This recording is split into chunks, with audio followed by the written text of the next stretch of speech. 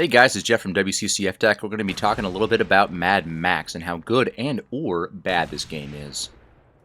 So, Metal Gear Solid 5, The Phantom Pain might be out right now, and it might be that game that promises to usher in a new era in open world and stealth and storytelling narrative and all that adaptive gameplay stuff for us. But that doesn't mean that there aren't other great, fantastic games that are out there that can do something similar with huge franchises.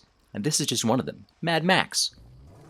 So this isn't exactly actually related to Fury Road, much in the same way that Shadows of Mordor never once mentioned the Lord of the Rings. Mad Max is an open-world game which could very well be a sequel to Shadows of Mordor if a nuke went off and the orcs started driving cars all of a sudden, which that could happen. Technology evolves like that, doesn't it? But I digress. The game begins with Max facing off against Lord Scrotus. An utterly beautiful name, by the way, and as you may expect, Max essentially loses everything, including his beloved Interceptor, that magical car of his. Max quickly finds a new vehicle, albeit a basic one, and mechanic pal, Chum Bucket, which is also another great name. And from here, Max sets out on a quest to build the Wasteland's very best car, his magnum opus, which he eventually calls his magnum opus, so that he can beat down Scrotus while he's at it. The premise and the setup here are very simple and straightforward, and it's from here on that the game keeps drawing comparisons to Warner Bros.' other franchises, such as Shadows of Mordor, which it so closely resembles. And it resembles it to the point where you can assume that Warner Bros. Has a sort of flowchart on how to make open-world movie games. The Wasteland is strewn with side quests for you to complete, to lower Scrotus' influence over the area, including enemy bases, areas to search for resources, hot air balloons, oddly enough, which act as towers to fill in your map, much like almost every other open-world game, minefields that you can clear with your dog, and enemy convoys. Lots of different things that you can do. But all of that is also where the game starts to become a little bit less interesting. Although those activities are in the Wasteland tended to become more akin to open-world checklists as opposed to actually being interesting places to visit and actually interact with.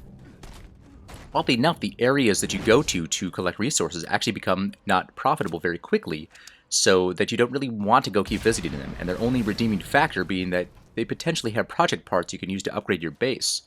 Though, once you're able to pinpoint where those parts might be, it removes the need to actively and randomly search bases such as that.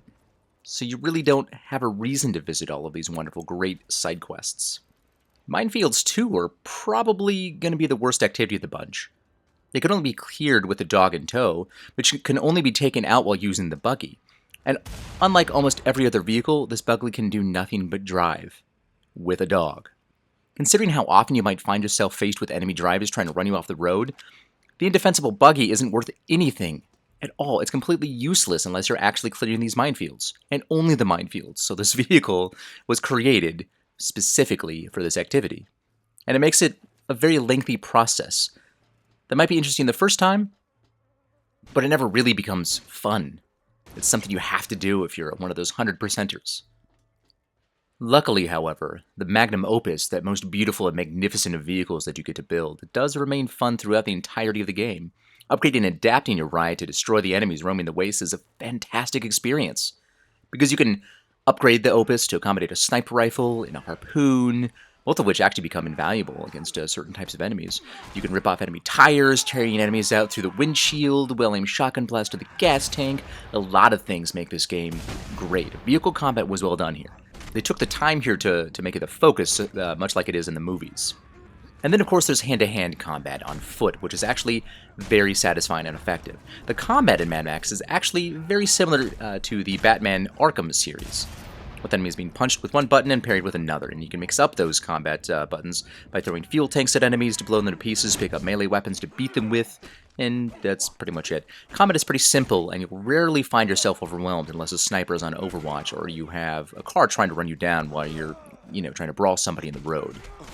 Oddly, for weapons, ammo is actually incredibly rare. Probably the rarest ammo of any game that has ever been made in a long, long time.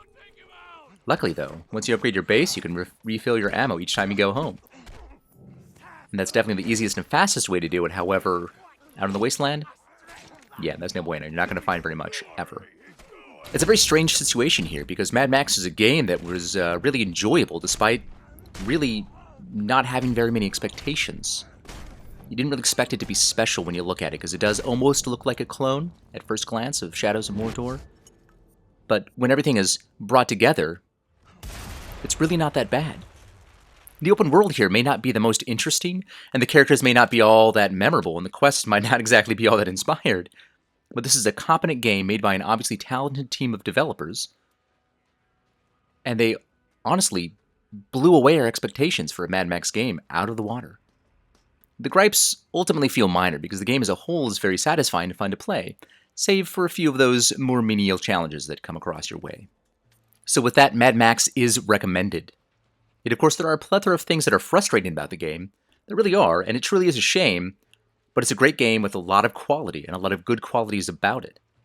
But obviously some visual rough edges. So it's definitely worth your time if you're a fan of the franchise, or you like the idea of open world driving with harpoons and explosives, which, to be honest, why wouldn't you?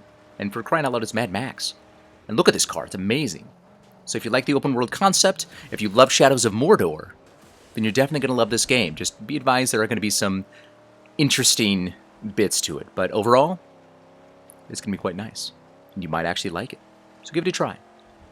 I'm Jeff, for Wccftech Reviews. The harpoon! We use the magnum opus to pull it down!